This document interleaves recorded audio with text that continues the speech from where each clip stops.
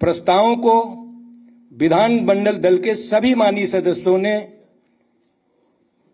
समर्थन किया है और माननीय अखिलेश यादव जी विधानमंडल दल समाजवादी पार्टी के नेता चुने गए हैं और विधायक दल के भी नेता चुने गए हैं।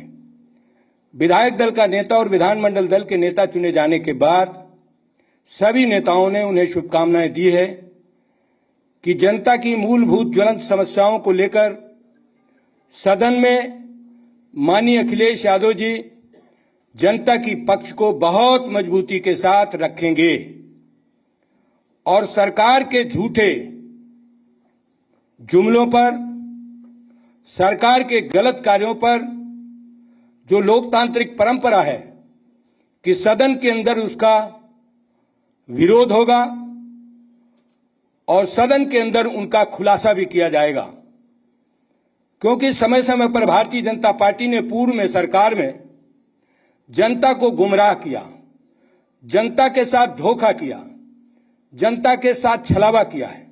इसीलिए भारतीय जनता पार्टी पिछली बार से अब की बार बहुत पीछे आ गई है, बहुत पीछे आ गई है।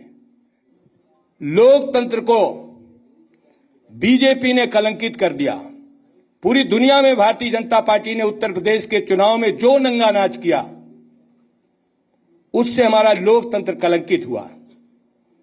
देश का सबसे बड़ा राज्य जहां पर केंद्रीय हुकूमत, अन्य राज्यों की हुकूमत के लोग उत्तर प्रदेश में आकर के धन बल का, सत्ता बल का दुरुपयोग किया और दुरुपयोग से चुनाव परिणाम को भी प्रभावित किया।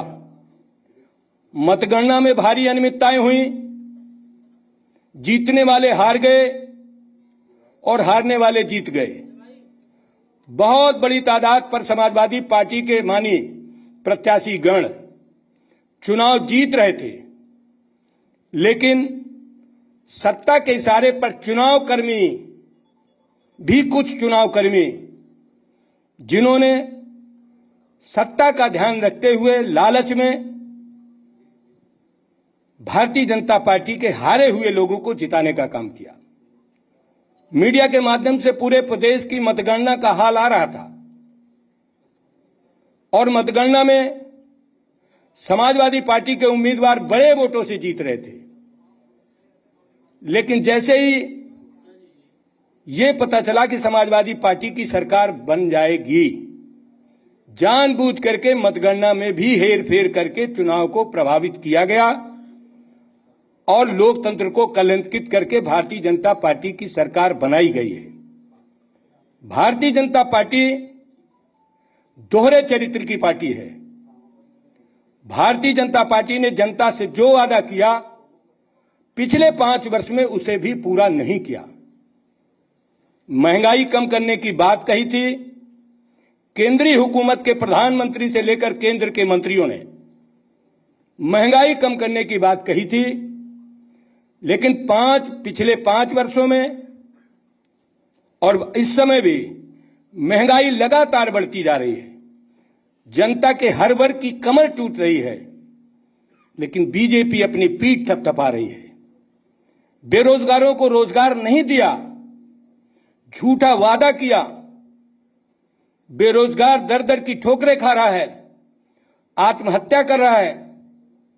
बेरोजगारों को रोजगार नहीं मिल रहा और बीजेपी फिजूल खर्ची पर आमदा है।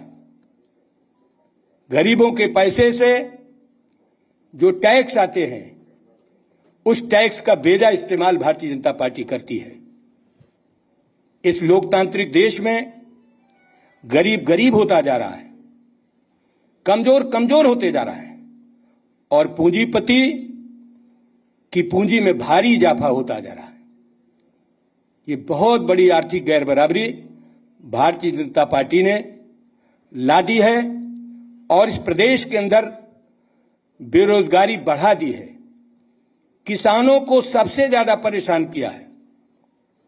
किसानों को एमएसपी की गारंटी नहीं दी जा रही है।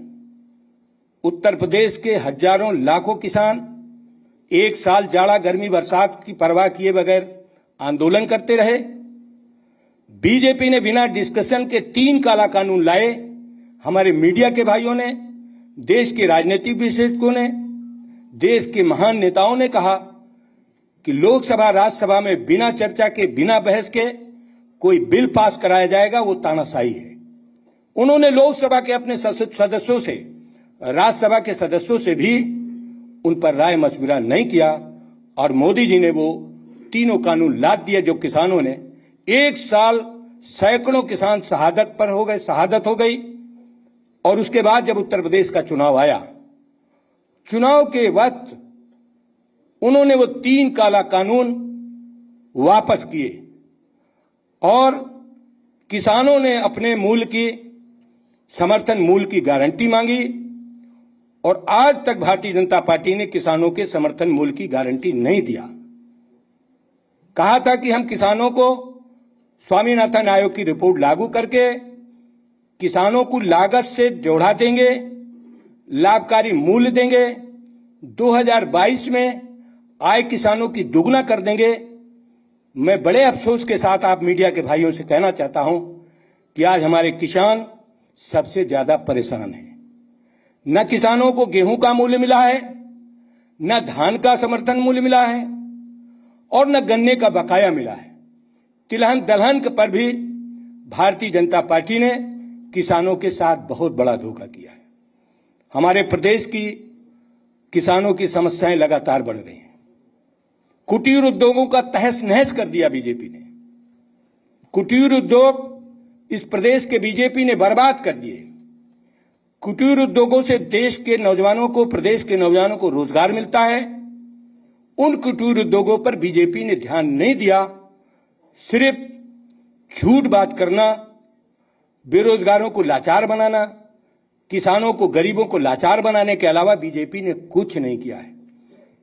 इन सारी समस्याओं को लेकर समाजवादी पार्टी सदन में जाएगी और सदन के अंदर जनता की समस्याओं को, समाज के सभी वर्गों को बहुत मजबूती के साथ माननीय अखिलेश यादव जी के नेतृत्व में सदन के अंदर रखेगी। दोनों सदनों में भारतीय जनता पार्टी की पूरी गलतियों को उजागर किया जाएगा और जनता की समस्याओं को सदन के अंदर उठाया जाएगा। हमारे समाजवादी पार्टी के विधानमंडल दल के सभी सदस्यों ने आप सबके माध्यम से ये बातें मुझे कहने के लिए दिया। मैं माननीय राष्ट्रीय अध्यक्ष जी के निर्देश पर और माननीय विधानमंडल के सदस्यों के सुझाव पर आपके बीच में मैंने आज की कार्यवाही आपके समक्ष रखी है। माननीय शिवपाल जी को, उनका दल है, सहयोगी दल हैं, सहयोगी दलों को, उनके सभी विधायकों को 28 तारीख को बुलाया गया है, आमंत्रित किया गया है। सभी लोग आएंगे।